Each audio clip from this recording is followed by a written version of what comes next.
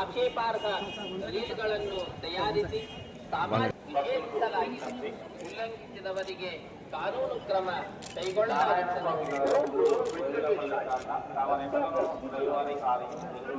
ಜಾಲತಾಣಗಳಲ್ಲಿ ನಿಷೇಧಿಸಲಾಗಿದೆ. ಕಾನೂನು ಕ್ರಮ ಕೈಗೊಳ್ಳಲಾಗುತ್ತದೆ.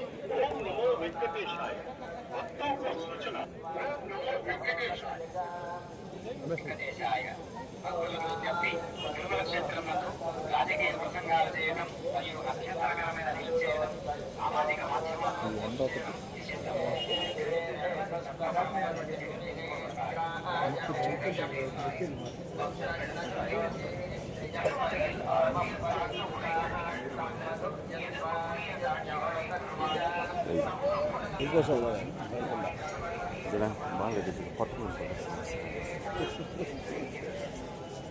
కుటుంబ సమేతంగా దేవదేవుని యొక్క ఆశీస్సులు తీసుకోవడానికి ఇక్కడికి రావడం జరిగింది. స్వామివారి ఆశీస్సులు దర్శన భాగ్యం అయిన తర్వాత మరి ఇవాళ మళ్ళీ రాజధానిలో రేపు ఉదయంకంతా రాష్ట్ర ముఖ్యమంత్రి గారు తన యొక్క విదేశీ పర్యటన ముగించుకొని ఆంధ్రప్రదేశ్ రాష్ట్ర అభివృద్ధికి సంక్షేమం కోసం పెద్ద ఎత్తున పారిశ్రామిక దిగ్గజాలతో ఆయన సమావేశమై రావడం జరుగుతుంది.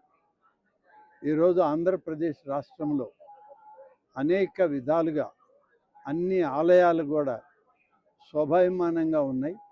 అన్ని ఆలయాల్లో కూడా ఈ కార్యక్రమాలు విజయవంతంగా సాగే విధంగా ఏర్పాట్లన్నీ కూడా చేస్తూ ఉన్నాం. మీరందరూ గమనించారు.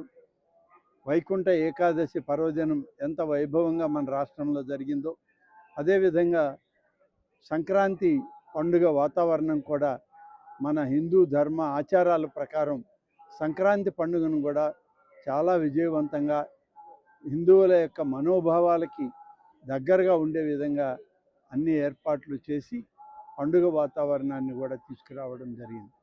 ఇవాళ రాష్ట్రంలో దేశంలో ఉన్నటువంటి అనేక మంది తెలుగు వాళ్ళకి ఆంధ్రప్రదేశ్ రాష్ట్రం ఒక ఆధ్యాత్మిక రాష్ట్రంగా ఒక స్పిరిచువల్ సెంటర్గా అభివృద్ధి చెందాలన్న లక్ష్యంతో మన ముఖ్యమంత్రి శ్రీ చంద్రబాబు నాయుడు గారు కానీ అలాగే రాష్ట్ర ప్రభుత్వం కానీ నిరంతరం కృషి చేస్తుంది.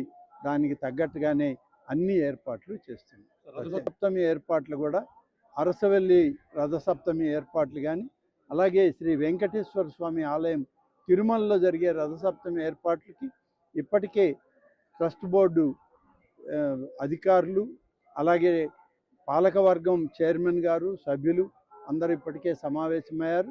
రాష్ట్ర ప్రభుత్వం అన్ని విధాలా వాళ్ళకి సహకరిస్తుంది. అరసవెల్లిలో జరిగేటువంటి ఈ యొక్క రథసప్తమి వేడుకలకి రాష్ట్ర వ్యవసాయ శాఖ మంత్రి అచ్చెన్నాయుడు గారిని ప్రభుత్వం తరఫున పట్టు వస్త్రాలు ఇవ్వడానికి ఏర్పాటు చేయడం జరిగింది. వారు కూడా అక్కడే ఉండి అక్కడ పనులు పర్యవేక్షిస్తున్నారు. అచ్చెన్నాయుడు గారు అలాగే కేంద్ర మంత్రి రామ్మోహన్ నాయుడు గారు ఇద్దరు స్వయంగా రథసప్తమి వేడుకల్ని నిర్వహించడం జరుగుతుంది.